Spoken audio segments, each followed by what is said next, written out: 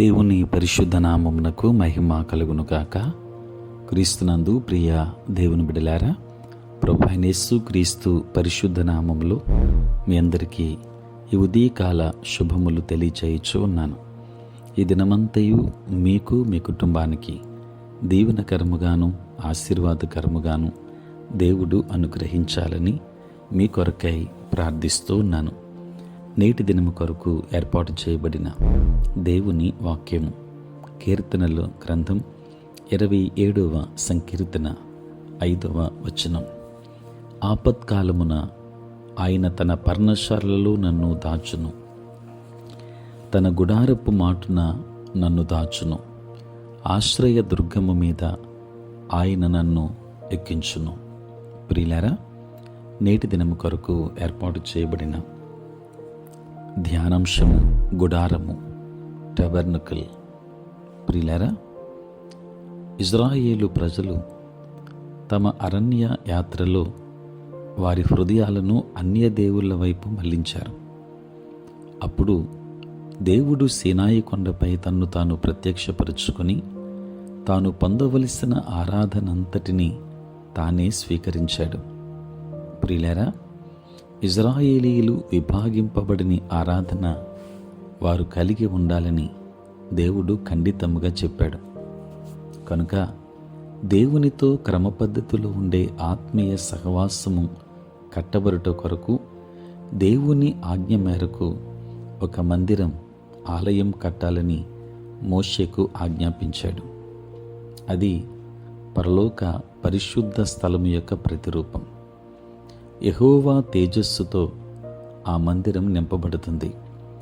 మందిర నిర్మాణం యొక్క వివరాలు నిర్గమాకాండం 26, 27 మరియు 35 నుండి 38 అధ్యాయాలలో ఇవ్వబడ్డాయి.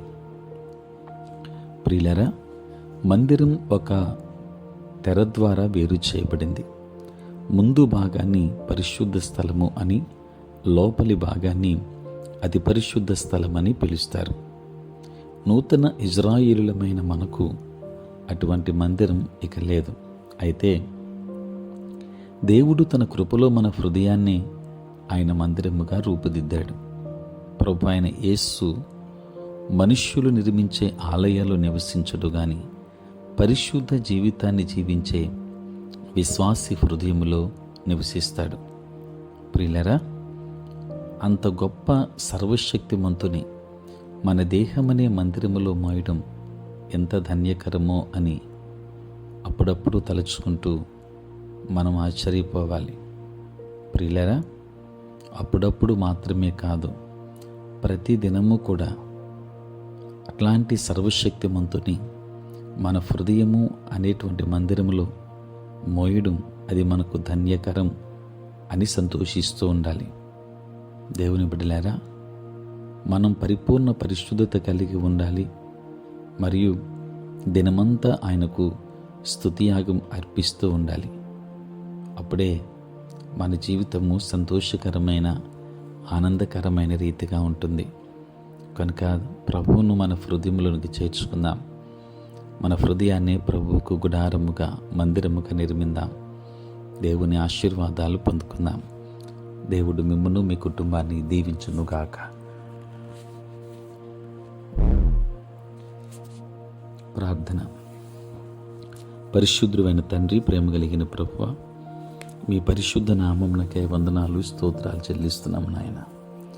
రాత్రంతయు కాపాడి సంరక్షించి సుఖనిద్రను మాకు దయచేసి మా జీవితంలో మరి యొక్క నూతన దినాన్ని మీరు మాకు అనుగ్రహించినందులకే స్తోత్రాలు. ఈ దినమంతా కూడా మీ సన్నిధి మాతో ఉంచండి. మీ ప్రసన్నత మాకు అనుగ్రహించండి. మా ప్రతి బలహీనత నుండి విడుదలనివ్వండి. నేటి మా పనులలో, ప్రయాణములలో, పరిచర్యలో తోడుగా ఉండండి తండ్రి. నేటి దినము నుండి 10th క్లాస్ నాయన పబ్లిక్ పరీక్షలు రాయడానికి బిడ్డలు సిద్ధపడుతున్నారు. వారికి మీరే తోడుగా ఉండండి. జ్ఞానాన్ని, జ్ఞాపక శక్తిని దయచేయండి. మీ ఆత్మతో బిడ్డలు నింపండి నాయన. నేటి దినాన పుట్టినరోజు, పెళ్లి రోజు జరుపుకుంటున్న బిడ్డలని దీవించి నూతన ఆశీర్వాదములు వెండిగా వారికి అనుగ్రహించండి. ప్రతిదినము ఈ ప్రాతకాలపు ధ్యానము వింటున్న ప్రతి కుటుంబాన్ని ఆశీర్వదించండి. నీ సేవ పరిచర్య జరిగించుచున్న ప్రతి సేవకుని దీవించుమని, సార్వత్రిక క్రైస్తవ సంఘాన్ని మీరు ఆశీర్వదించమని ప్రార్థిస్తున్నాను. తండ్రి, ఉద్యోగస్తులు, వ్యాపారస్తులు, కష్టపడి పనిచేసుకుంటున్న బిడ్డలందరినీ దీవించండి.